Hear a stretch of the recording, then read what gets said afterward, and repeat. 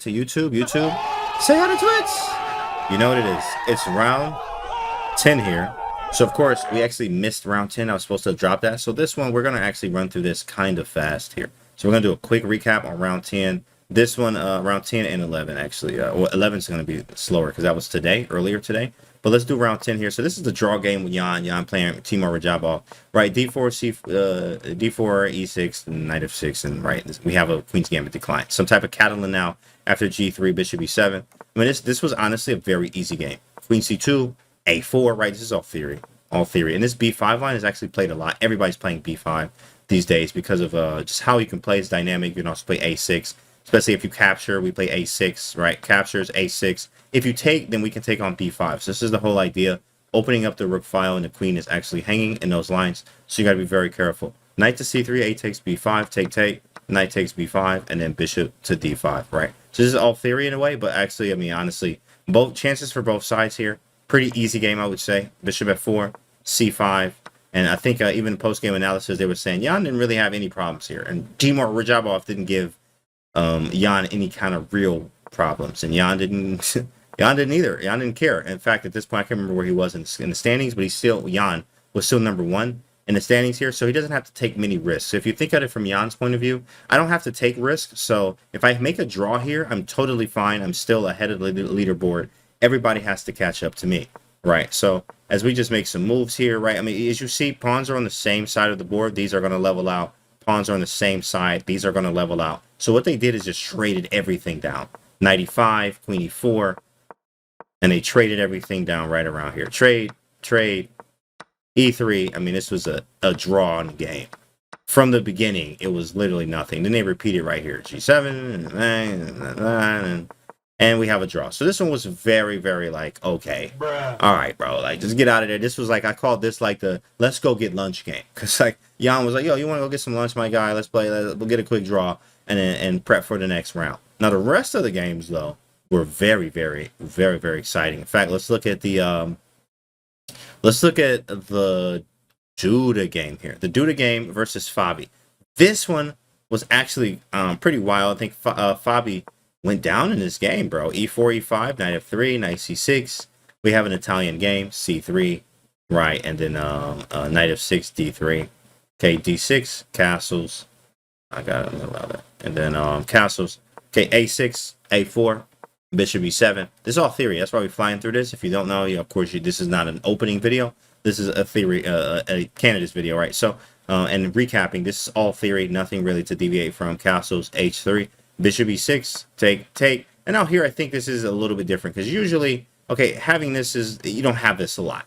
You will, but it's different. It is different. You can play moves like Queen E7 and differentiate from what we have on the board here. Knight D2, Knight F1. But usually you can keep the bishops on a lot longer. Like for instance here, instead of taking, you can also play Knight B to D2, right?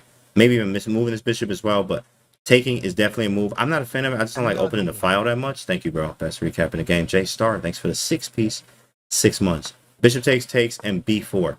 B4 with some B5 action. You do put the rook on A2. I remember looking at this game and thinking to myself, I actually like the black side of this because I do like to play Knight H5, Knight G3, Knight F4, right? I have the open rook file, and if we draw some arrows for a second, Knight H5, I could go to G3 with the intention of obviously this. Knight F4, I have rook F6, rook G6, right? The queen can go to F6 with queen G6 intentions. The knight on F4 is very strong because knight takes H3. If bishop takes, then the rook's going to take on F4. We double the rooks. I mean, black has all the play in these games, to me, right? That's why I never take on E6 if I'm playing this. I'm not into this where black's relentlessly attacking me. Now, of course, Duda was like, bro, go ahead, big fella. You can do it anytime, any day. So he does go Knight H5, right? Duda, Knight B to D2, Knight F4, following the same stuff that I would do as well. It's the right idea. Knight F1, this is a brilliant move. What it does is it blunts the bishop here, or is trying to. You want to put bishop E3, and then we're going to trade the bishop and replace the knight so it covers the G2 square. If you do get a queen here, then we're going to play King H1, and there's no knight takes H3. Or you can play the Karpov style with King H2, Knight G1 after Rook A2, which I think that's actually what happened in the game. Karpov has some very nice games, or that I've actually studied in Mastering Middle Games by Panchenko. Very strong book, 2600 level. And it was playing stuff like Knight to G1, King H2 in the, what chapter was this? This might have been like Prophylaxis. I think this was the Prophylaxis chapter. But King H2 and Knight G1. with the idea of playing G3, kicking this line much later. So queen F6, right? Queen F6, bishop takes F4. Let's flip the board here, right? And after bishop takes, queen takes F4. I was not the biggest fan of queen F6. I'm actually more fan of rook F6, but I'm going to see what happens. What's the engine think? He still takes it. Yeah, see, the difference is I want my rook on F4 and not my queen on F4. So if I go back here, queen F6 takes. I feel like I'm slightly misplaced, which of course, one tempo is all that matters. That's all it takes, right, in these games. So one tempo is very, very, very important. Okay, so queen B3, he hits the E6 pawn. Oh, but he does get rook F6 still, so it's kind of the same thing. I kind of wanted my queen on F6, though. Like, I want these pieces to be switched. If the queen is on F6 and the rook's on F4, then I can play rook F8 and, like, put the queen on G6, which is my whole idea. But it's a little bit different. B5, knight to A5, queen A2, which is defending the F2 pawn. And I mean, I'm gonna be honest, I thought Fabi had this game. I mean, look at this G5. Like, bro, come on. Like, how are we not? Like, I mean, this is everything. I get G5. I got the rook lift. I got the bishop. Like, get this man off the board in a few. You know what I mean? Like, in a few moves, this man about to hit resignation. Like, this is what it feels like. Engine's like, you are sadly wrong. My guy, you are wrong. Garbage. You are wrong. This is actually +1, which is strange, right? I mean, even Fabi thought it was right. G5. So G5, knight 1 to H2, rook to G6. I mean, come on, right? H5, like, how is this not winning? Man, that's tough. Tough at chess is such a hard game. But D4, right? So D4 blocking up the file, right? And you can't do anything with the bishop anymore, but we don't really care that much. Like, we going for mate. H5, which is apparently wrong. I remember actually checking in on this game when H5 happened, and I saw the +2, and I was baffled. I actually wasn't doing commentary that day. I was actually studying, and I was like, I was kind of baffled here. I'm like, how is he losing by a lot? I mean, the engine says you are down 2 pawns, and it's equal material right now. So it's crazy. So after H5, G3, queen backs up to F6, rook A to D1, and I mean, rook to G7. This is just starting to get bad. King H1, and I think the fact is just like, if you flip the board, it's just loose. It's just loose. And that's the only thing I can give here, because this looks scary, honestly. If you're looking at this, it does look scary, but looks are deceiving in calculation over everything. Oh, wow, that always pops up somehow every time we say that, COE, right? ShopCantyMerch.com, very simple, right? But if we calculate, then we'll know that we are totally fine. And that's what the engine says. That if we calculate, everything you do is not working, says the engine, right? So that's very, very tough here. And in a practical sense, I think Fabi made some great practical choices playing an over-the-board chess. And, you know, you can't see the engine, obviously. But it just didn't work out. It just did not work out, and this was too aggressive. So G4 was a move that was supposed to be played. Look at this. Rook F8, a natural move, increases how bad this is right now. Oh, wow. So D takes E5, D takes E5, and then H4. So, okay, if we flip this and look at this for real, the problem is the structure. Look at this. If we trade pieces, you are going down. This is a very bad structure. Very bad structure. White, I mean, okay, we don't have the greatest either, but you got double E pawns. And this is hanging. You got to chill with E6. Not fun. Not fun at all. Okay, G takes H4. G takes H4. Bro, this is +5. I remember looking at this and being like, bro, Fabi down a rook. And he not down a rook. Bruh. He got both of his rooks. Well, how is he down a rook? +5. Crazy. Absolutely crazy, right? I mean, man, it's so nuts what the engine says about your game. Like, this is crazy. Bishop C5. I understand this. This is a little reroute. And sometimes maybe you want to put it on D6 to defend. Rook G1, Bishop D6. I mean, it's almost feeling like, yo, where did Fabi go wrong, right? This is a very hard game. This is a very hard game. But as you start to see pieces are better coordinated, this bishop's terrible. What is this knight doing on A5? You got nice rooks. Oh, yeah, nice rooks here, right? But, I mean, you don't have anything. And these knights hold it down. Like, you cannot dislodge these knights, which, again, I think in the beginning, the placement, if the rook and the queen were switched, this game is completely different.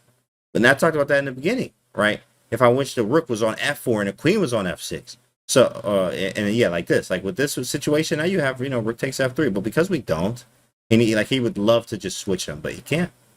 So knight to G5. Oh, watch this feud, bro. I remember seeing this And Duda finally came out like, and he was getting hurt earlier, but finally came out and did something crazy, right? Watch this. King H8, Queen E2, Queen G6 defends upon.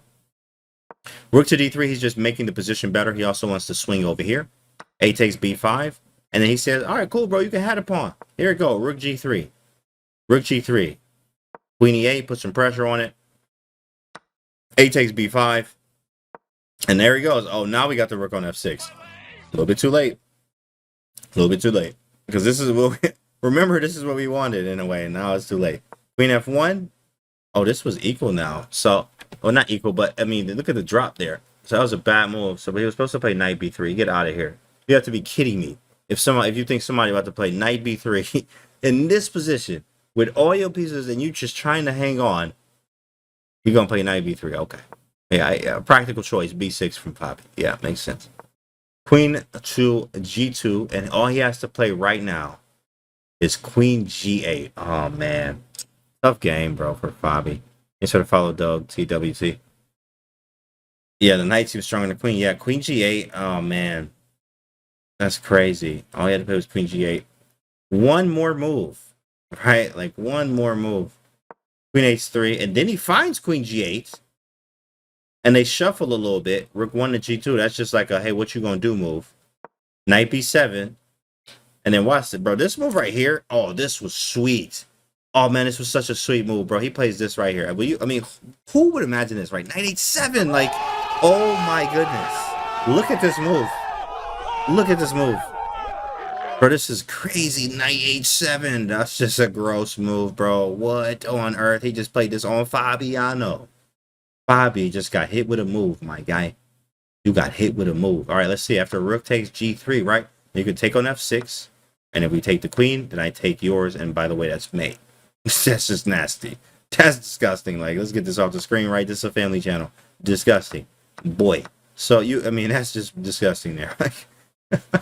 So you have to take on G2. You have to take on G2, and then I take the queen, and you're down. Lose material. Yeah, send a stretcher, exactly. We got his address on file. Knight H7. So Knight H7, nasty move. So Fabi says, oh, wow. Right? Oh, wow. So he gets up out the way. Rook G6, take. And then, like a boss, he puts the knight back on G5. Bro, this was Duda's best game. By far. Duda's best game this whole candidates. Best game. Knight to G5, like a boss. Knight H7, flex real hard, take the rooks, bring that boy right back. And now your pieces still are worse. And Duda's trying to convert in the Duda way now, which is more positional. Rook to F6, which is a blunder. Then he finds the best move here, which is F4. Now let's flip the board here. And let's see. After pawn takes, which didn't happen. Do I play E5? Oh, it is a move, but this is like, oh, yeah, because Queen F3. So wait, why is this necessary? Oh, yeah, because we want to block the rook. So F4, rook takes F4? I can just take on E6. I'm winning the rook. Oh, no, yeah. If here, knight takes G4. Perfect. So this all makes sense. So if in the pawn takes, again, E5 takes, and I like Queen F3, hits the knight, and hits this over here at the same time. So this is beautiful. Absolutely beautiful move. So we had to calculate just to kind of see and understand what is F4 about. Even though it is the number one engine move, why is it important? Why is F4 so good? In fact, let's finish from his point of view here. Knight to C5. He does take, and now let's see, what do we want to play here? Calculate. Knight F3 is natural. Oh, but he went with this knight. Oh, yeah, because he won the piece. This is where it was +6. This right here, this was it. Knight G F3 won the game right now. Like, this is game over. Best move is Queen A8. It's +7 right now.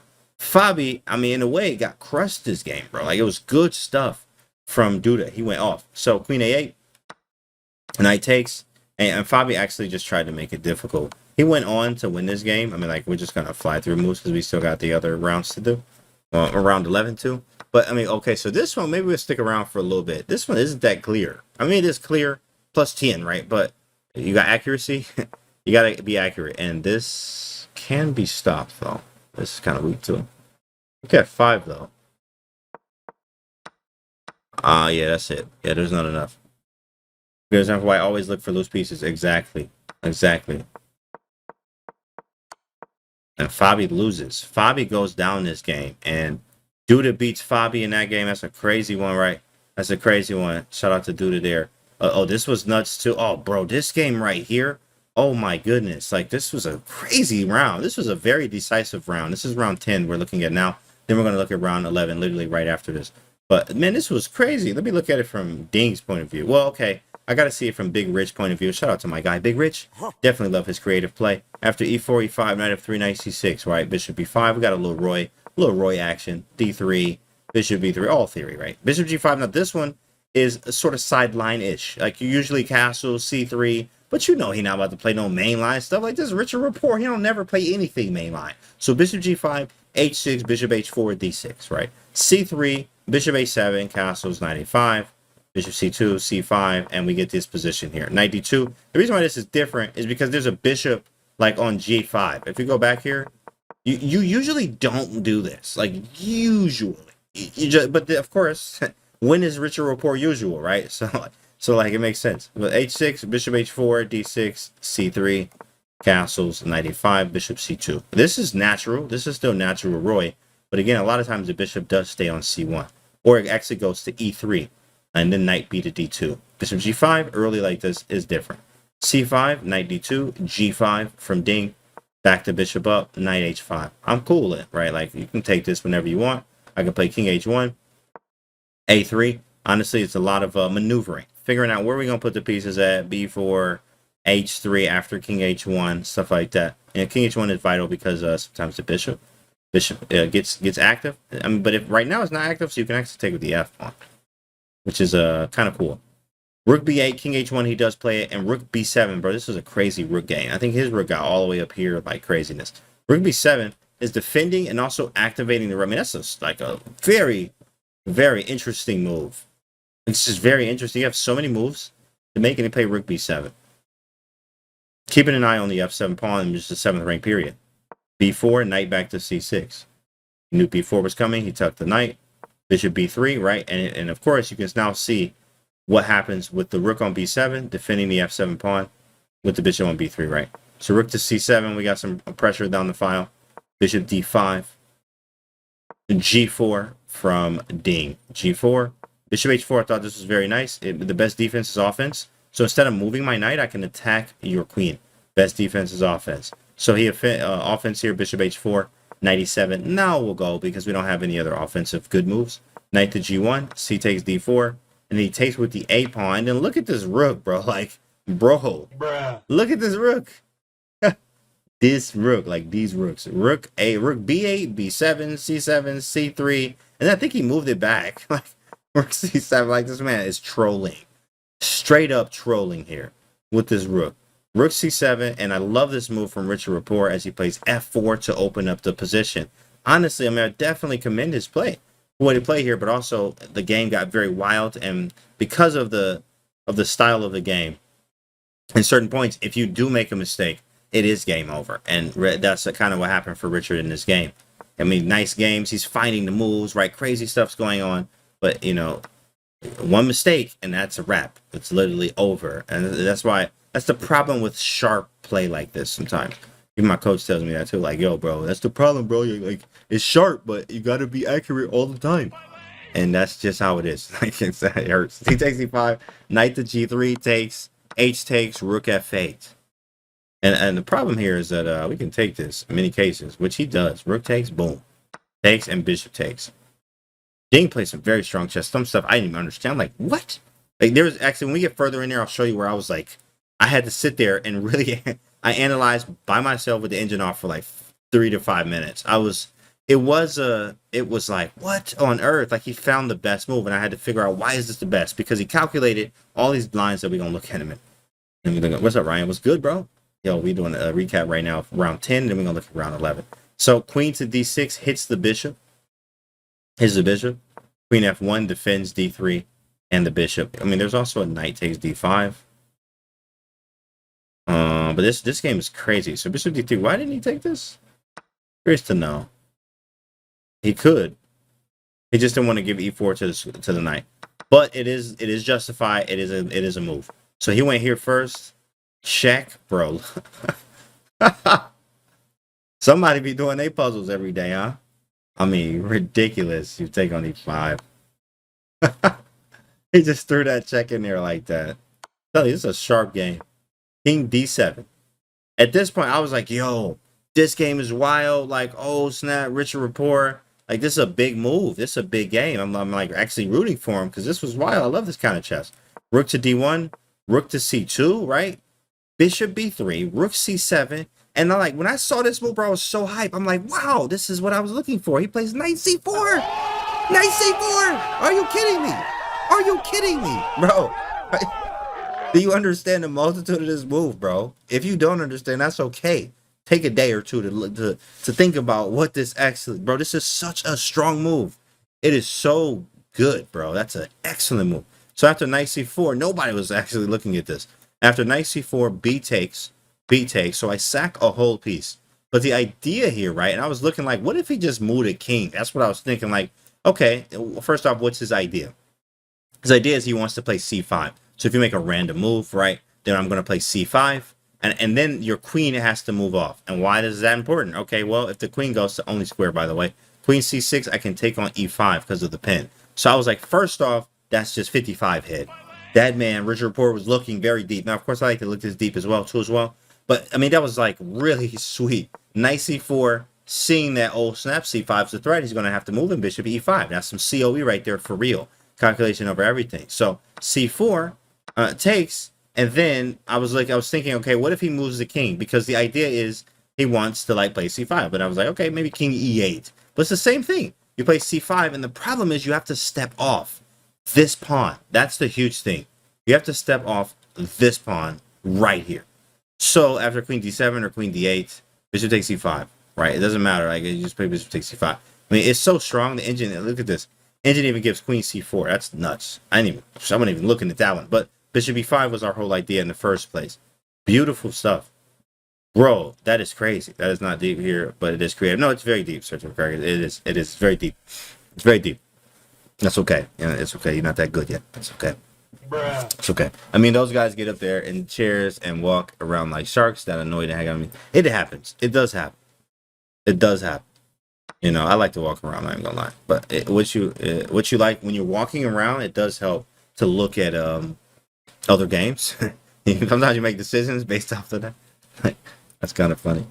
That's kind of funny. Okay, d takes c4, and then what do you play? Rook c6. Oh yeah, so rook c6. This move right here definitely was interesting to me. This right here, I was like, why is it rook c6? Like, flip the board, right? Flip the board. So in Ding, you're in Ding's shoes. You're in Ding's shoes here. Did I miss the match against Rosa? That's on July 7th, bro. White messed up his pawn. See the bishop on 6. Yeah. So rook c6, right? So this is a deep move to try to figure out. Rook c6 was deep, man. That's a very good move. It hits the bishop, and now I can move the queen back to b8. That's what I was thinking here, and I flip it, and I was like, out of all the moves, even the engine says first move is rook c6. So this is a very deep understanding. Like, why is this the best move and nothing else? He had to calculate. He had to use process of elimination. It's something that you have to use as well. That's from a Grandmaster preparation from Jacob Agar. But process of elimination. So some of the moves that you can't play is like obviously h5 and like moving the king because of c5. But because if c5 is coming, then you need to be prepared for it. So he plays rook c6, which is the best move. So now if you see c5, right? If you see c5, I think you just move the queen. Oh yeah, sorry. That's the main threat, right? That's the main threat. But of course, let's say like bishop g7. All right, bishop g7.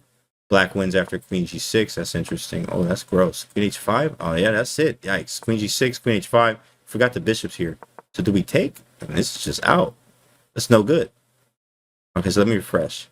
Rook c6, and the reason why I looked at this too is like you voluntarily put yourself into this, right? So you have to really ask, what? Like, bro, you know I'm about to pin you, which he does. It's like, you know that's a given. Bishop a4, king c7, and take. And of course, if you didn't understand what was going on with the knight c4 and everything else, that's why this is so deep, right? Because the knight to c4, going back here, you have to understand that after knight c4, you have to get out of this, and you have to play rook c6. The other move is queen e6, but that's really hard to do. I mean, stepping into another, like, I mean, look at this. Like, of course this is engine-like, but, man, look at this. Like, I don't know, man. You walking on eggshells here, for real.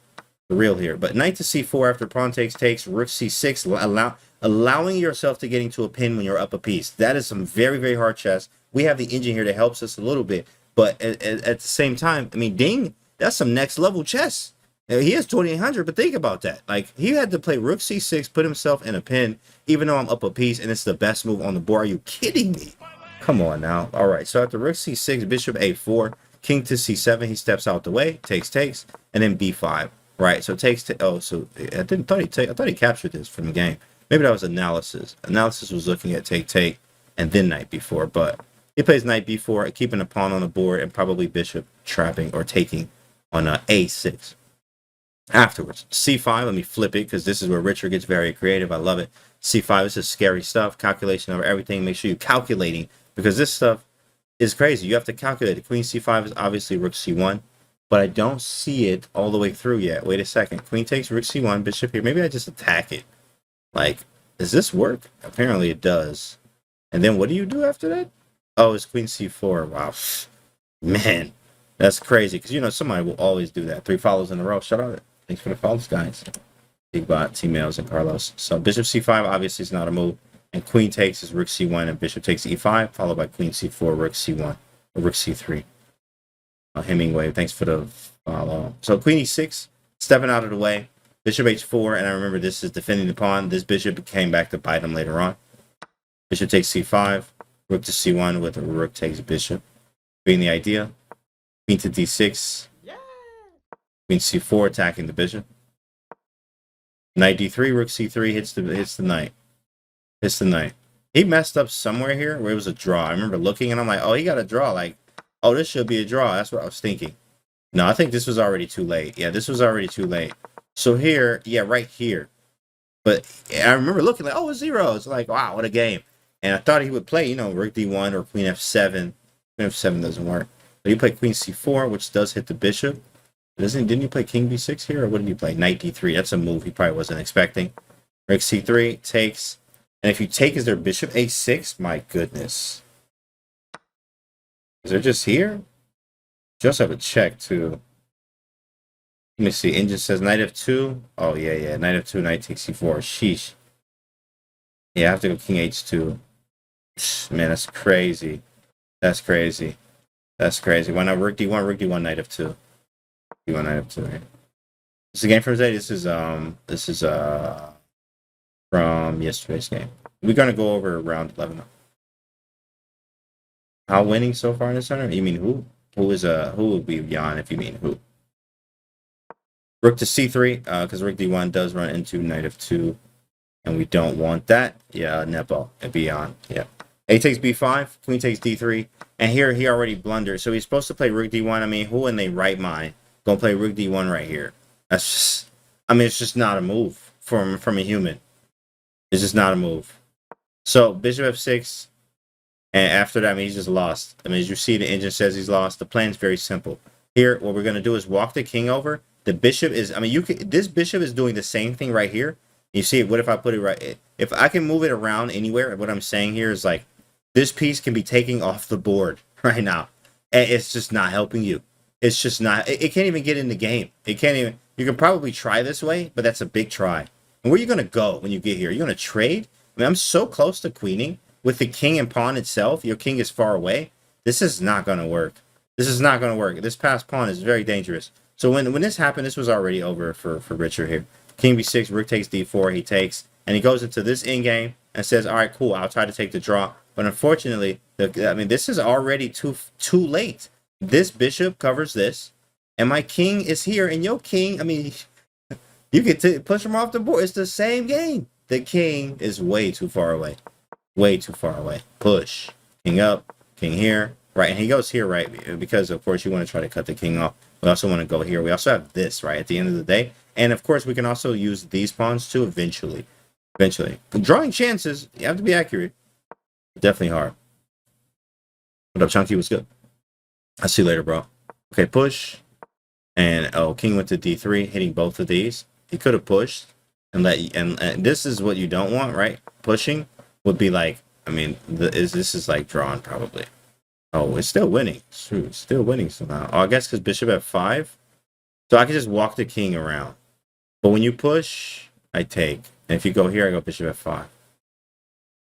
Interesting. I also could play bishop f5 and wait for you to push, and then play bishop g6 and take when you get to e8.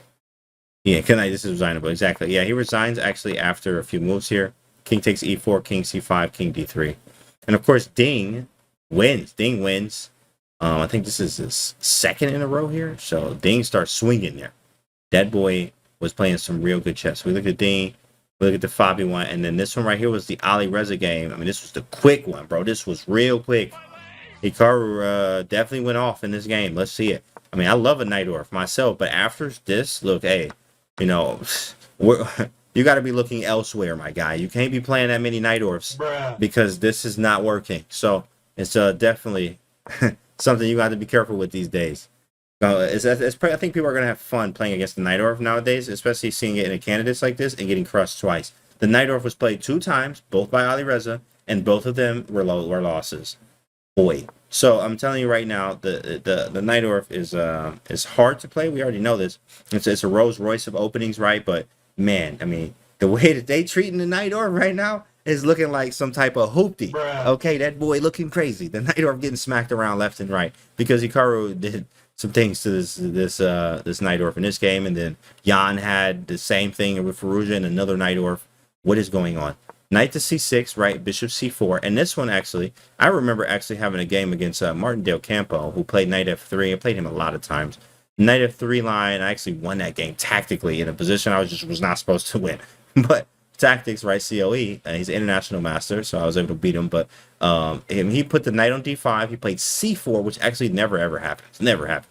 But in knight c6, I was very curious to see how Ali Reza was going to play this. Because usually the lines go with bishop e7, bishop e6, castles. Right, real quick. Or you go bishop e6 to stop bishop c4, and you castle quickly. And the knight d5 thing is real, like, it's annoying. Even a lot of times the bishop's already placed on e3, but sometimes they move it again to g5, and then take and then play knight to d5. So, okay, we know this. It happens, right? And then knight c6. Oh, yeah, that's going to be, we're going to talk about that actually in the next round, Magnet. So, but this wasn't this round. Bishop e6, knight to d5. So he gets the knight to d5. Hikaru does. Rook c8. We trade them boys. And then bishop back to b3. Pretty nice. We got the d5 square still. Okay, knight e7.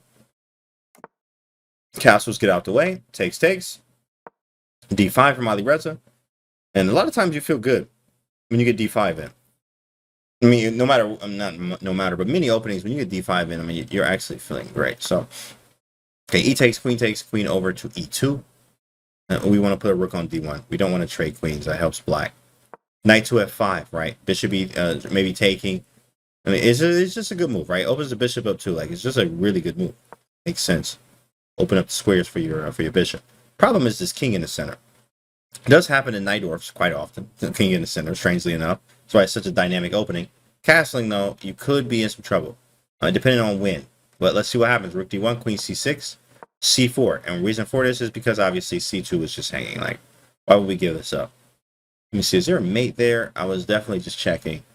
I was seeing bishop check, rook takes c8, and king gets to e6. What I mean by that is, let's say a random move like h3, right? What I was looking at is, does this work? And of course, you know, COE, we always look to see. I was just trying to see if this works, but it actually does not mate because the king goes to e6. King goes to e6, but I just kind of calculate, maybe, I mean, oh yeah, this is hanging. I mean, if this is almost working, literally it almost works. I mean, look at this, like, yo, look how cool this is. It's like one thing away. Like, you're almost so close to mating. Wait a second. Oh, no, that's not mate. Bro, I mean, I'm just trying so hard here. Giving up everything. Like, this is not mate. This is not mate. Gave up all your pieces. Gave up all your pieces. But I saw that quick line just to see if it worked. So it doesn't work, but c4.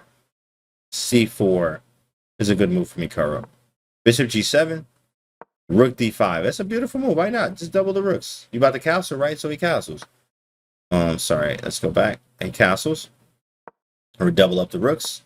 Rook e8. And here, I mean, it doesn't seem like anything's going on. Actually, they loving white here, but he didn't find the move bishop c5, which is a very strange move, honestly. I mean, Hikaru didn't play it either. Like, bishop c5 is strange. But h3, b5, c5, pushing up. b4 also. g4, rook d6. Like, this is all we want. b4, defends the pawn. Also a tuck and roll. You could also put the knight on g7 to e6, but it's not necessary. And then Ali Reza going for the sharp complications here. And I remember actually working with my coach with this too as well. Is this sometimes these moves are not necessary. Like, I mean, as we look at, we're going to look at round 11 today too. This is not a necessary move, right? And I mean, yeah, the position's bad. It's not that good. Let's flip the board, right? Like, I mean, right? Open G file, like no space. What is this bishop doing? My knight's pretty good though, but I mean, he has a rook in the center, doubled rooks, like it's a disaster. It feels like, but he wanted to go for complications, and it is tough to do that. So he plays knight to d4. Caro does find the line knight takes d4, sacrificing in exchange. After queen takes, knight f5. So now we're sacrificing in exchange for an attack. I mean, this is devastating. I'm already seeing bishop h6 and checking, rook lifting somehow, maybe even the d4, sacking a rook in many cases too, to put some pressure. Not necessary, but definitely a possibility. Queen e4 is like, hey, bro, you're not about to mate me, bro. You're not about to mate me, bro. Stops queen g4 as well, so queen h5 was played. And the annoying part is getting this queen off of where it is now. Rook e to d8. I thought this was a brilliant move from Hikaru here, and it's the best move on the edge. So, like, rook a1. Just, hey, go hit the pawn on a6. Now you got another threat to deal with. So he defends it. Dual defense. Defending f6 too, because that's pretty weak. Bishop h6 with ideas of taking and checking. Check. But king e8. It's not ready yet. But definitely ideas are there. Definitely ideas of that. But, I mean, after bishop takes, you have knight takes. Oh, yeah, this is just crushing. Right? Yeah, this is crushing. And then rook a3, yeah. Queen takes, he just takes, but then I'm giving up 2 for, yeah, that's not necessary.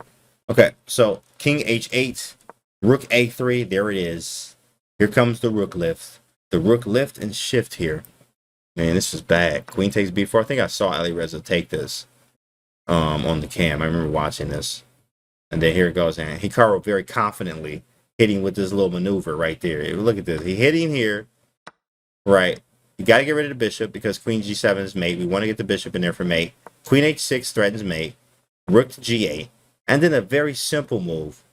Hikaru rook lift signature move. Yeah. Rook to g3, boy. Rook to g3. I mean, what is this rook lift? Like, bro, do you even rook lift? You know what I mean? And the reason why I say that is because we have that over here, right? Do you even rook lift? That's the first thing I think about, right? Do you even rook lift? It's right here. It's on the shirt. He definitely was doing his rook lifts that day, as he got that boy to rook a3 to g3, and that's it.